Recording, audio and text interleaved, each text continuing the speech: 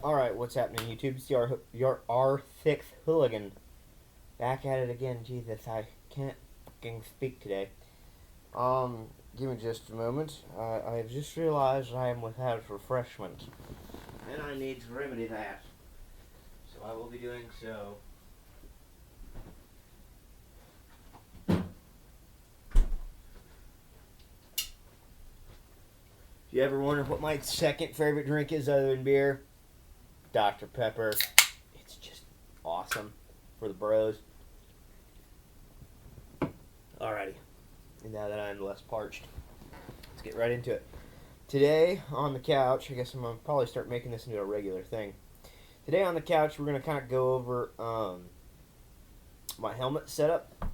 I know some of you guys are probably wondering like what I'm running for a helmet. You've seen pretty much all my other gear except my jacket, which I'm soon to change. But you've seen my boots, my gloves. Haven't seen my helmet, so we're gonna hop into that one.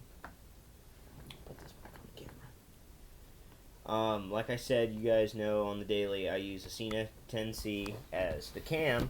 This is the helmet. This is a Scorpion. I think it's an EX-710. It is Snell DOT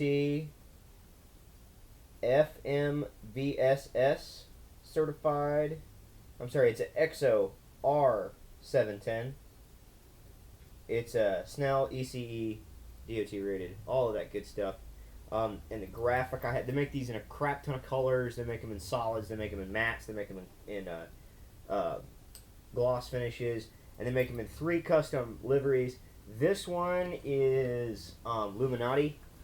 It's got zombified Ben Franklin on the side, the big all-seeing eye in the back, and in the front right down there by the vents. They have another one that is California. It's a satin finish. It's not flat and rough. It's a satin finish, so it just has a little bit of sheen to it.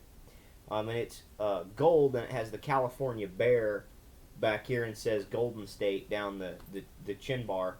I liked it, but I don't like California, so... I like the people from California. A lot of the people from California are fucking cool.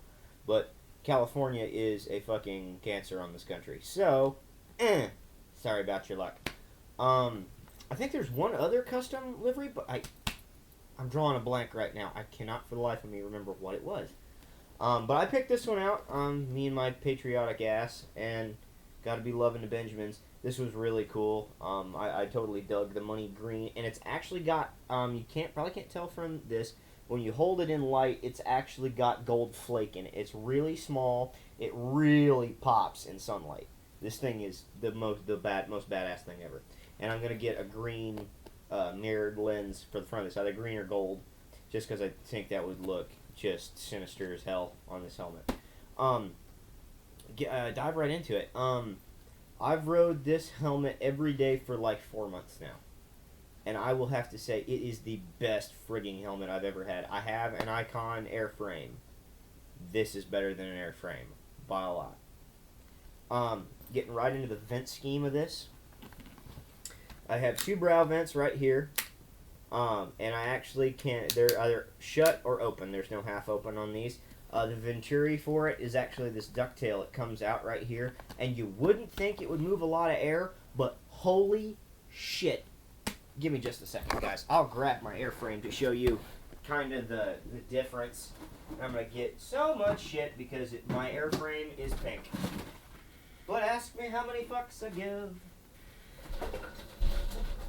Yeah, the Icon's buried back here. Yap, bullshit. Anyway. This is my airframe Claymore. It has decent sized brow vents as well, but look at the exits of the Venturis. You were looking at this helmet going, there is no way you don't get airflow for days through this thing. And you do get good airflow, but here's the downside. This is kind of the stunter look. It is very streamlined. It's very, it's good if you ride with your head like this, like you would on a Street Fighter. Where you're not riding clip-ons, or you're riding in maybe the half tuck, like you're half-assing it. When you're riding in the full tuck with your head down, this pulls on the back of your neck, and when you get behind a tractor trailer truck, for my Icon riders out there that rock the old airframes, it will beat your head to death. Your head's doing this the whole time, no matter how buried you put your neck to your shoulders. Your head's knocking around the whole time. It's not fun.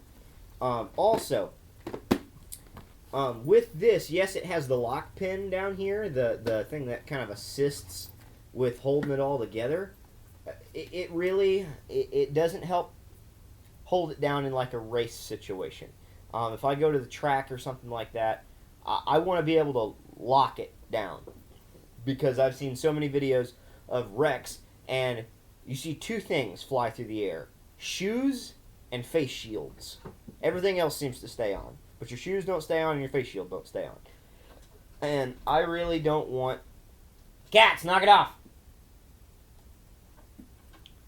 Don't get married, guys. You'll end up having a house full of cats. You'll end up losing it. Also, the rest of the venting in this helmet, yes, I have cheek vents. They didn't really push that much air. I didn't feel much out of them. I do have one breather vent in the front. It was not that great.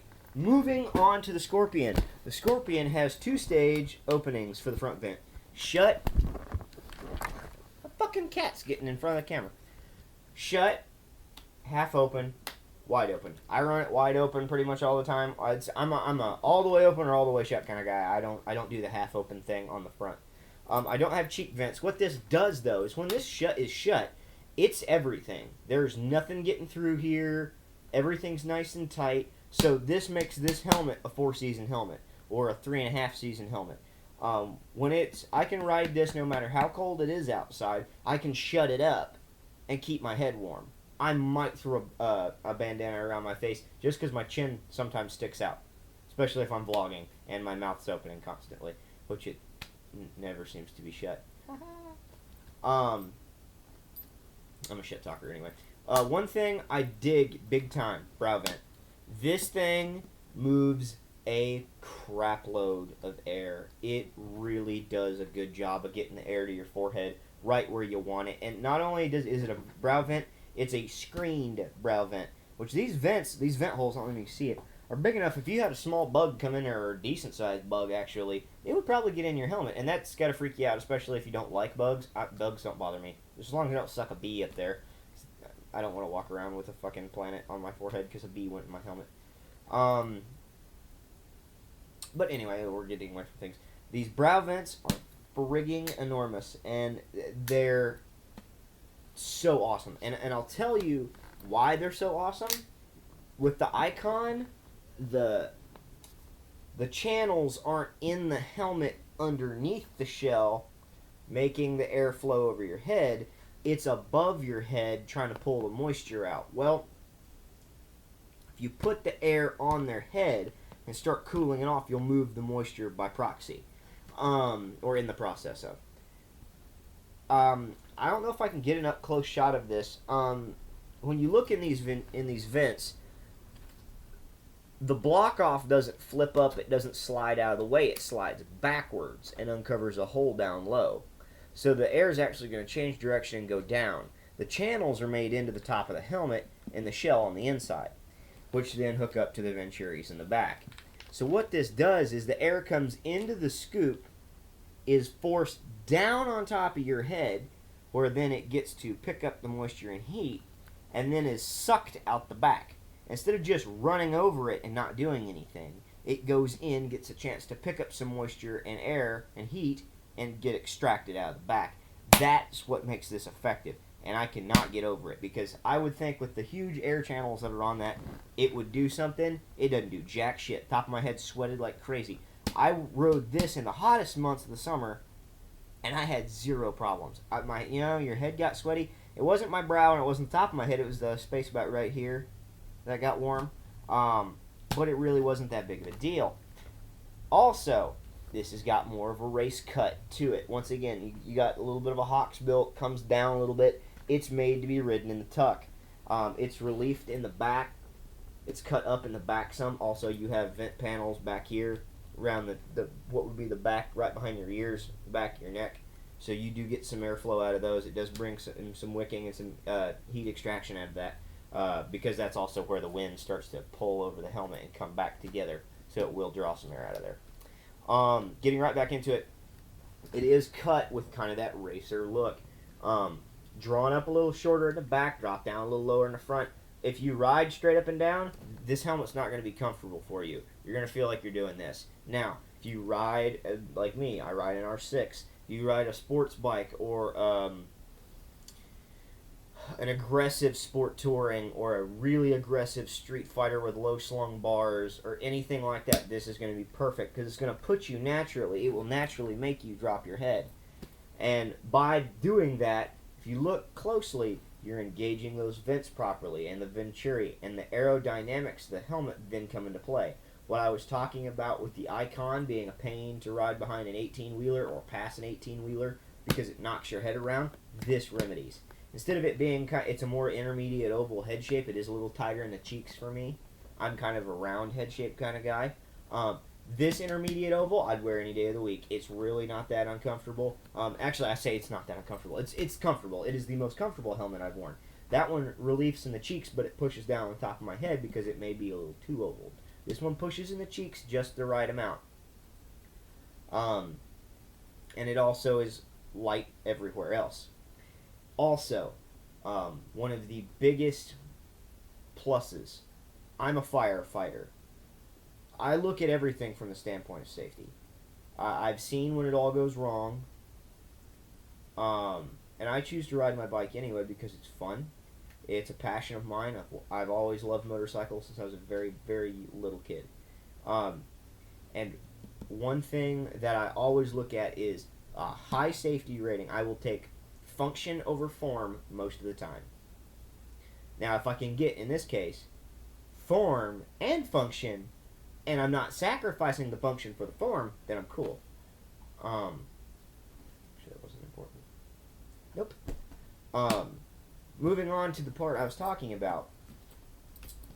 Inside this, it has what I call emergency get-outs, bailout panels, anything you want to call this. It is essentially a removable cheek well that is there for if the rider goes down.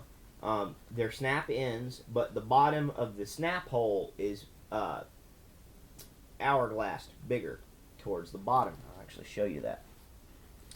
If you look just inside there, you'll see some of these openings. My finger's pointing at one of them. If I can get this freaking strap out of the way. These are opened at the bottom and closed at the top. What that does is when I go to put this back in, they snap in.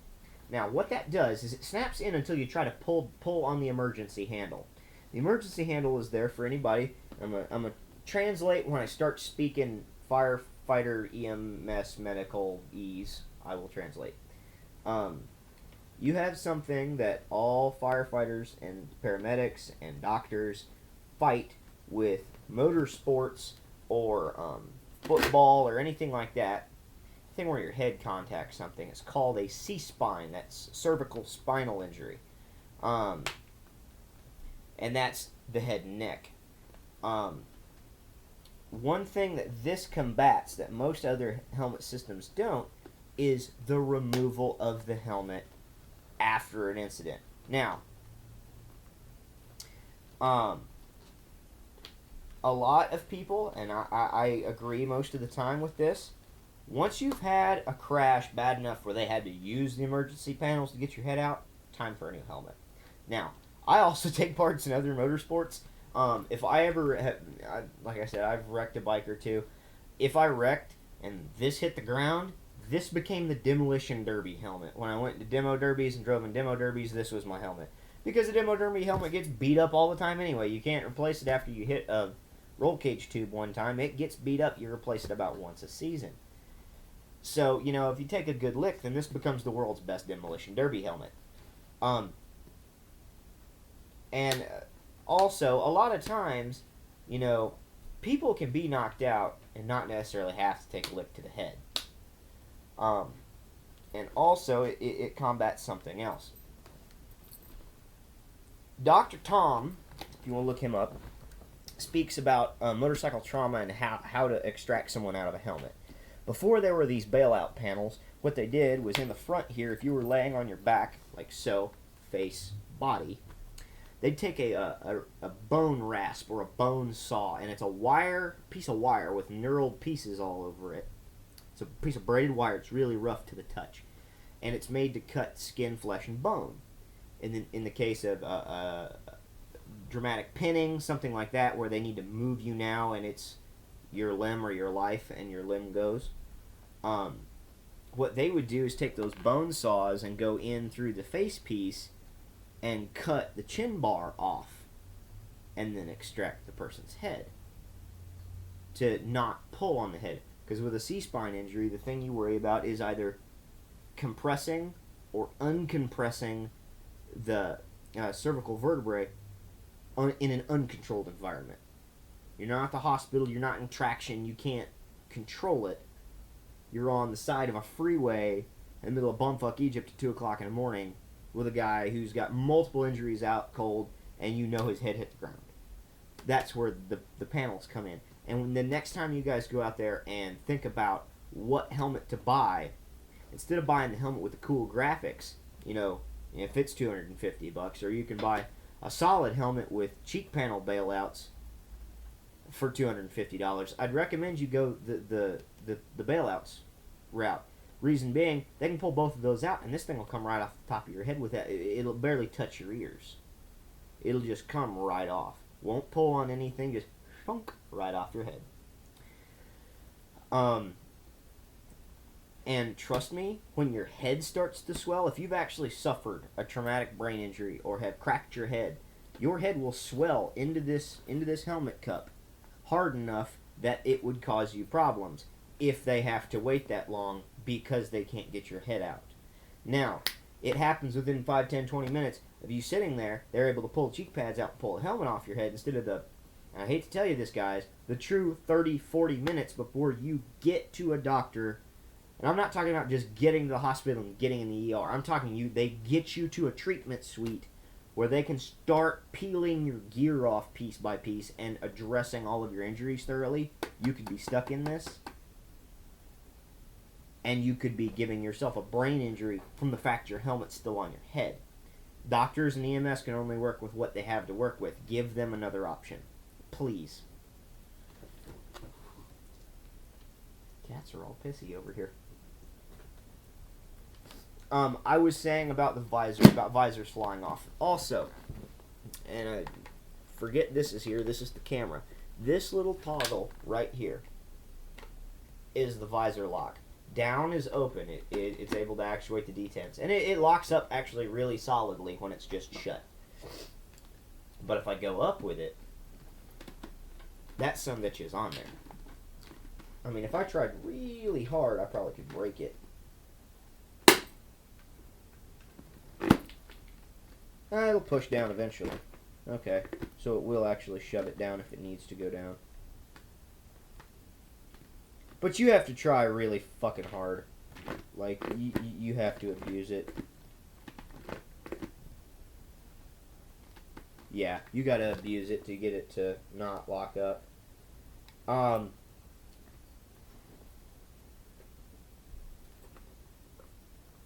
I wonder if they don't make these that lock both sides. That would be really cool. Anyway, the locks do a really good job as far as keeping everything intact. The detents in most crashes, the detents, as long as if you go this way, it'll stay on. It's when the ground comes up to meet you from the bottom, and it ting, and takes it off your head, that's a problem. All you're trying to overcome with this is just the initial smack of your head hitting the ground. Once it starts bouncing along the ground, which your head will bounce, then it's more likely after the second blow, which they're getting lighter and lighter as you're coming to a stop, of being able to withstand it. You're just trying to, keep the initial force. Also, bird strikes. You ever been hit in the head with a bird on the interstate? Hi, I have. At a high rate of speed, like 3 digits, it'll damn near take you off the thing, and it'll hurt through the helmet, and it will ring your bell. The Isle of Man TT, they have bird strikes from pelicans and seagulls regularly. They said a bird strike at 160 will violate the helmet. It's no good after a bird strike at 160. But just bouncing around, if you live on a coastal area, anywhere from New York to Texas, anywhere along the eastern seaboard and all down the west coast, and all around the Great Lakes. Hi, I'm on the Great Lakes. I'm in Ohio. Even in northwestern Ohio, we get seagulls. We get seagulls around our large reservoirs. I can think of one of the main highways in our town. There are seagulls in the back half of the town, and I've run over one with a motorcycle. So hitting one with my head is not outside the question. I don't leave it locked when I'm just putting through town, but when I get on highways or interstates, I lock it. I lock it on because I'm not gonna pop it up doing 65 to catch a breath of fresh air. I got all the airflow I can handle. I'm trying to keep the bugs and the birds out of my face, so I'm gonna lock it. Other than that, honestly, price point on this puppy was $3 and change. Great lid. I think it was like $328.95 or something like that from Iron Pony. Don't quote me on that one, but I want to say that's about where it was. Great lid. Fucking great lid. Easily the most comfortable thing I've worn. It's got it all where it counts. It doesn't have anything where it doesn't need it. It does have a decent neck roll in the back of your neck. One thing I noticed in my icon, my head felt tired all the time. And if you can listen, I don't need any more help with neck problems. I have enough of them. It does have a chin curtain. It's not as big as some, but it does have a chin curtain. And because it is developed, obviously, with the helmet system in mind, it does a great job. I don't come home with chapped lips. My lips aren't falling apart from the wind or anything like that. It does a fantastic job.